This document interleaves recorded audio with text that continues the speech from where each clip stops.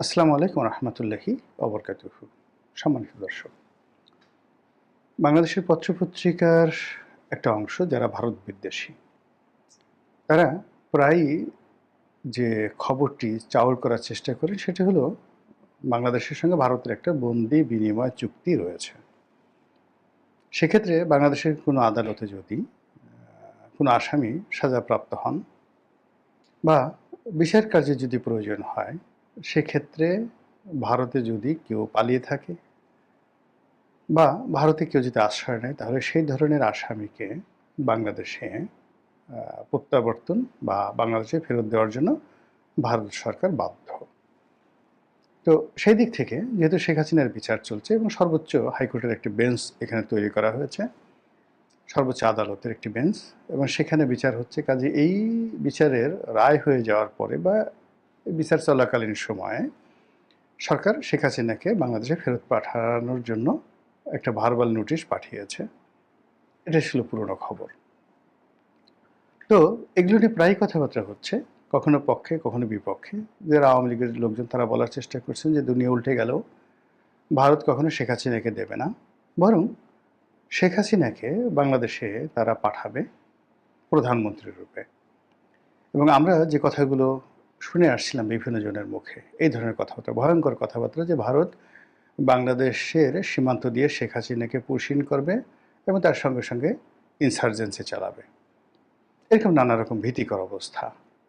তো এই একই কথা আমরা যেভাবে চিন্তা করেছি বা বলেছি বা আমাদেরকে যেভাবে ভয় দেখানো হয়েছে, তার চাইতেও ভীতিকর অবস্থায় ডক্টর মোহাম্মদ ইউনূস এবছর, অর্থাৎ কয়েকদিন আগে, তিনি যে জাতিসংঘ সফরে গেলেন, সেখানে বসে তিনি একটি সাক্ষাৎকারে শেখ হাসিনা সম্পর্কে ভারতের মনোভাব বললেন। যে ভারত এখনও চিন্তা করছে বা ভাবছে যে শেখ হাসিনা এখনও বাংলাদেশের প্রধানমন্ত্রী, অথবা শেখ হাসিনাকে প্রধানমন্ত্রীর রূপে বাংলাদেশের ক্ষমতায় তারা প্রতিষ্ঠিত করবে, এরকম একটা মনোভাব ভারতের রয়েছে। তো যেখানে ডক্টর মোহাম্মদ ইউনূসের নিজের মুখের বক্তব্য এরকম হয়, সেক্ষেত্রে আওয়ামী লীগের লোকজন আরও কয়েক দফা এগিয়ে তো নানা কথা বলতে পারে। প্রথম দিকে যেমন তিনি পদত্যাগ করেছেন, এটা সবাই বিশ্বাস করেছিল। তারপর বর্তমান সরকার ক্ষমতা গ্রহণ করেছে, সংবিধানের ১০৬ অনুচ্ছেদ অনুযায়ী মহামান্য সুপ্রিম কোর্টের যে রেফারেন্স, সেই রেফারেন্স অনুযায়ী এই সরকার শপথ নিয়েছে, যার আইনগত ভিত্তি রয়েছে। এখন সরকারের যারা অংশীজন, এমনকি জামাতের যারা আইনজীবী, তারাও যে জিনিসটা বলছেন যে সংবিধানের ১০৬ অনুচ্ছেদ অনুযায়ী এমন কিছু করা যাবে না যেটা সংবিধানের মূল যে স্পিরিট বা বেসিক এবং ফান্ডামেন্টাল যে লগুলো রয়েছে, যেটা ভায়োলেট করে। তো সেখানে একজন প্রধানমন্ত্রীর বাংলাদেশ থেকে চলে যাওয়া, পালিয়ে যাওয়া, আবার একজন প্রধানমন্ত্রীর পদে নিয়োগ দেওয়া, এটা রাষ্ট্রপতির ইচ্ছাধীন বা রাষ্ট্রপতির যে ডিজায়ার অনুযায়ী সুপ্রিম কোর্টের মতামত চাওয়া এবং সেই মতামত অনুযায়ী রাষ্ট্রপতির সিদ্ধান্ত নেওয়ার এই ক্ষমতা, এটি সংবিধান অনুমোদন করে না। এটা জামাতের লোকজন থেকে শুরু করে বিএনপির লোকজনও বলার চেষ্টা করছে, কিন্তু প্রথম দিকে কিন্তু সবাই ১০৬ অনুচ্ছেদ নিয়েই কিন্তু তারা লাফালাফি করেছিল। গেল এটা। দ্বিতীয়ত হলো যে যখন বলা হলো যে ভালো কথা, ১০৬ অনুচ্ছেদে যে রায় দেওয়া হয়েছে, সে রায়ের কপি কোথায়, রেফারেন্স কি? পরবর্তীতে যখন আমরা জানতে পারলাম যে বাংলাদেশে যে ক্রাইসিস মোমেন্ট, যে সময়টাতে ১০৬ অনুচ্ছেদের রায়ের তারিখ বলা হচ্ছে, ঠিক সেই সময়টিতে সুপ্রিম কোর্টের যিনি প্রধান বিচারপতি, যার নেতৃত্বে এটা হয়ে থাকে, তো তিনি তো ক্যান্টনমেন্টে ছিলেন, আশ্রিত ছিলেন, এবং তার সঙ্গে আরও একজন বিচারপতি এনায়েতুর রহিম, তিনিও ক্যান্টনমেন্টে ছিলেন। তো ক্যান্টনমেন্টে থেকে তারা কিভাবে সুপ্রিম কোর্ট বসালেন, কিভাবে সমস্ত অ্যাপিলেট ডিভিশনের যারা বিচারপতি আছেন তাদেরকে ডেকে বা তাদের সঙ্গে বসে এরকম একটা সিদ্ধান্ত নিলেন, সেখানে সাবমিশন করলো কারা, উকিল কারা, পক্ষে কারা, বিপক্ষে কারা, রাষ্ট্রপক্ষে কারা, অ্যাটর্নি জেনারেল কি বললেন, সেই রায়ের কপি কোথায়, রেফারেন্স কোথায়, এই সব নিয়ে যত বেশি ঘাটাঘাটি করা হচ্ছে, তত বেশি দুর্গন্ধ, অশান্তি ভয় এবং আতঙ্ক ছড়িয়ে পড়ছে। আর এর সাথে পাল্লা দিয়ে বিভিন্ন উপদেষ্টাদের সেফ এক্সিট, পালিয়ে যাওয়া, আখের গোছানো, ভবিষ্যৎ কী হবে, কোথায় যাবেন, কী হবেন, এ সকল হাহাকার ক্রমশ বেড়ে যাচ্ছে। এই গেল ১০৬ অনুচ্ছেদ নিয়ে। দ্বিতীয় যে বিষয়টি সেটি হলো শেখ হাসিনা পদত্যাগ করেছেন। তো সেই পদত্যাগপত্র পাওয়ার পরেই তো এই ঘটনা ঘটেছে। ভালো কথা, আমরা সবাই বিশ্বাস করেছি, প্রশ্ন করিনি। কিন্তু রাষ্ট্রপতি যখন বললেন যে দুটো বিষয়, যে শেখ হাসিনা চলে গেলেন, আমার কাছে একবার বলেও গেলেন না, দেখা করা ধরেন তার পক্ষে সম্ভব ছিল না, কিন্তু একটা টেলিফোন তো করতে পারতেন, তিনি সেটা করেননি। ২ নম্বর হলো যে সবাই বলছে শেখ হাসিনা পদত্যাগ করেছে, তো সেই পদত্যাগ তো আমার কাছে করবে, আমার কাছে তো এ ধরনের কোনো নথিপত্র নেই।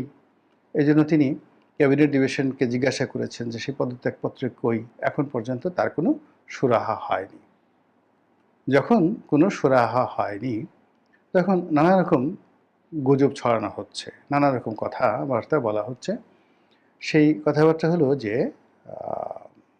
শেখ হাসিনা পদত্যাগ করেছেন, সেনাপ্রধানের সামনে করেছেন, বা অমুকের মাধ্যমে করেছেন, এই কয়টার সময় করেছেন, এটা এখানে দিয়েছেন, এখানে দিয়েছেন।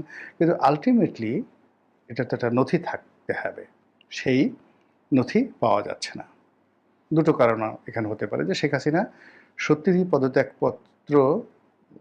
পদত্যাগ করেছেন, পদত্যাগপত্র তিনি যাকে বলা হয় গণভবনে রেখে গেছেন, কিন্তু গণভবন যেভাবে তছনছ হয়েছে সঙ্গে সঙ্গে, অর্থাৎ শেখ হাসিনা ধরেন পদত্যাগপত্র সাইন করেছেন, সাইন করে তো ধরেন কারো কাছে দেবে, যে এটা তুমি রাষ্ট্রপতির কাছে দিবে অথবা রাষ্ট্রপতির কাছে পাঠাবে, কিন্তু শেখ হাসিনার পদত্যাগপত্র সাইন করা, হেলিকপ্টারে ওঠা এবং গণভবনের দরজা খুলে যাওয়া, হাজার হাজার মানুষ গণভবনের মধ্যে প্রবেশ করা, এই সময়ের মধ্যে গণভবনে অস্ত্র লুট হয়েছে, টাকা লুট হয়েছে, সব কিছু লুট হয়েছে।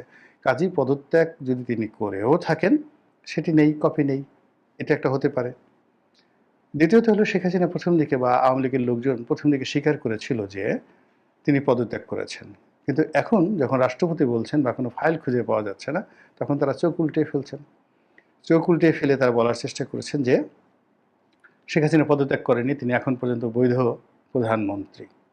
ফলে বোঝার চেষ্টা করুন যে শেখ হাসিনাকে নিয়ে কী ধরনের ঝামেলা হচ্ছে, তার পদত্যাগ নিয়ে এবং তার ভারত যাওয়া নিয়ে। এবং ভারত যাওয়া নিয়ে আরও মহা কেলেঙ্কারি।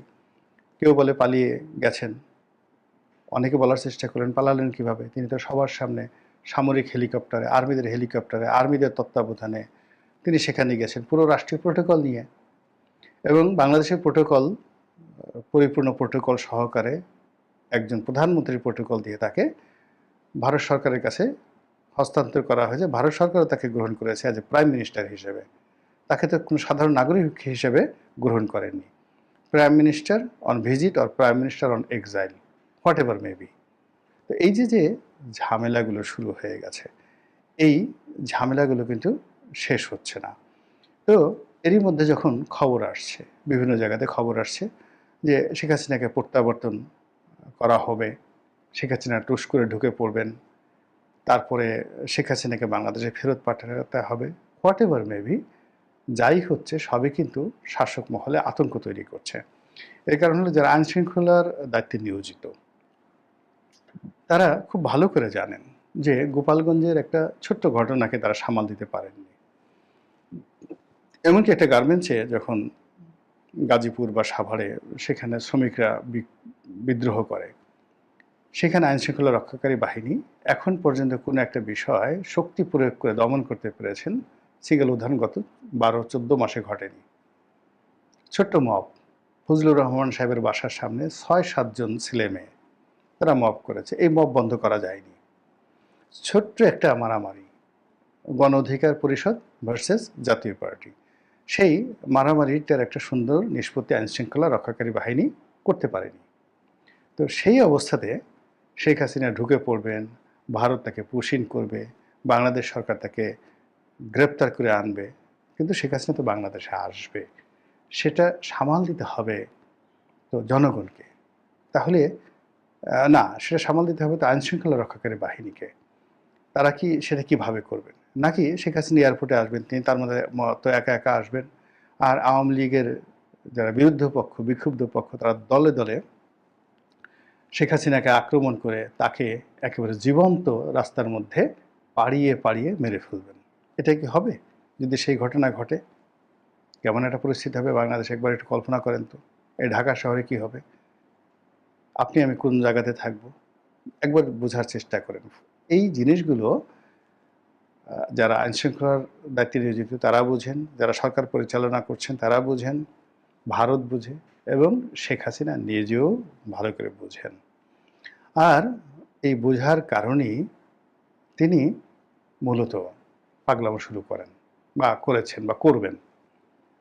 আমি এখন কি করছেন বলতে পারবো না, তবে অতীতে তার যে ঘটনাগুলো আমি দেখেছি, বিশেষ করে 11-11 সময় তিনি যখন দেশের বাইরে ছিলেন, কানাডাতে ছিলেন, সেখান থেকে ইংল্যান্ডে আসলেন এবং ইংল্যান্ড থেকে তিনি ঢাকা আসবেন, তার জন্য 111-এর সরকার সব রুট বন্ধ করে দিল। কোনো বিমান যেন তাকে বোর্ডিং পাস না দেয়, তিনি যেন বাংলাদেশে না আসতে পারেন, সর্বোচ্চ চেষ্টা করা হলো।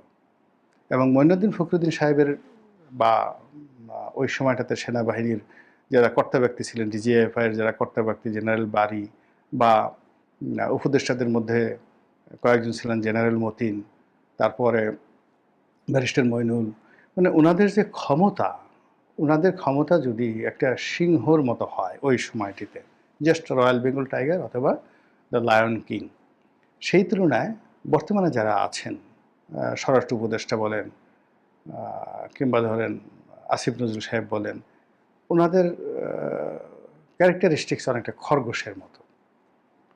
তো যেখানে লায়ন কিং অথবা রয়্যাল বেঙ্গল টাইগারের শক্তিমত্তা নিয়ে, তারপরে জনসমর্থনে, তখন পাবলিক সেন্টিমেন্টও ছিল তাদের পক্ষে। এখন যেমন বর্তমান সরকারের পক্ষে কোনো পাবলিক সেন্টিমেন্ট নেই, কিন্তু 111 সরকারের পক্ষে কিন্তু ব্যাপক জনসমর্থন ছিল একেবারে শেষ দিন পর্যন্ত। মানে যাকে বলা হয় ঢাকা বিশ্ববিদ্যালয়ের খেলার মাঠে একটা ঘটনা ছাড়া মোরাললেস মঈনুদ্দিন ফখরুদ্দিন সরকারের প্রতি শেষ দিন পর্যন্ত কিন্তু মানুষের একটা বিরাট অংশের জনসমর্থন ছিল, যার 1% জনসমর্থন এখন কিন্তু বর্তমান সরকারের নেই।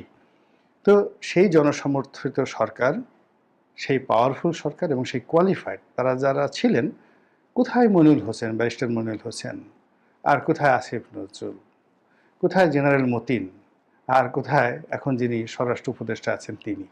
এই এক আকাশ পাতাল পার্থক্য। তারা তাদের সেই সকল শক্তিমত্তা নিয়েও শেখ হাসিনাকে রুখতে পারেননি। তিনি বাংলাদেশে এসেছেন, গ্রেপ্তার বরণ করেছেন এবং তাকে যেভাবে টেনে হিসড়ে ঢাকা কোর্টে তাকে যাকে বলা হয় উঠানো হয়েছে, এর সাথে অপমান আর হতে পারে না। তিনি সেটা যাকে বলা হয় মোকাবেলা করেছেন এবং ওটার জন্য তিনি কখনো রিগ্রেট করেননি। জীবনে কোনো বার, একটি সিঙ্গেল বারও তিনি বলেননি যে আমাকে যেদিন কোর্টে হাজির করা হয়েছিল বা যে পুলিশ কর্মকর্তা আমাকে সুধার সদন থেকে গ্রেপ্তার করা হয়েছিল ওর নাম কি, ওকে আমি একটু দেখতে চাই, এই কথা কোনোদিন তিনি বলেননি।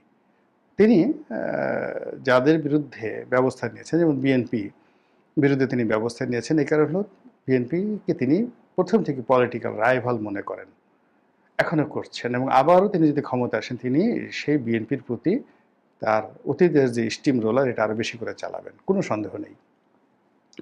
এটা আপনি তাকে মেনস্ট্রিয়া বলতে পারেন, এটা তার পলিসি বলতে পারেন। আবার ধরেন জামাতকে তিনি পছন্দ করেন না স্বাধীনতা বিরোধী হিসেবে, জামাতের প্রতি তিনি যা করেছেন আগামীতে আরও বেশি করবেন, কিন্তু ব্যক্তিগতভাবে তার সঙ্গে খারাপ আচরণ করেছে, তাকে আক্রমণ করেছে, ব্যক্তিগত ক্রোধ থেকে, ক্ষোভ থেকে তিনি যে মানে কারো ক্ষতি করেছেন, তারপরে সময় ব্যয় করেছেন, এটা আমি দেখিনি, বরং অনেককে তিনি অ্যাডপ্ট করেছেন।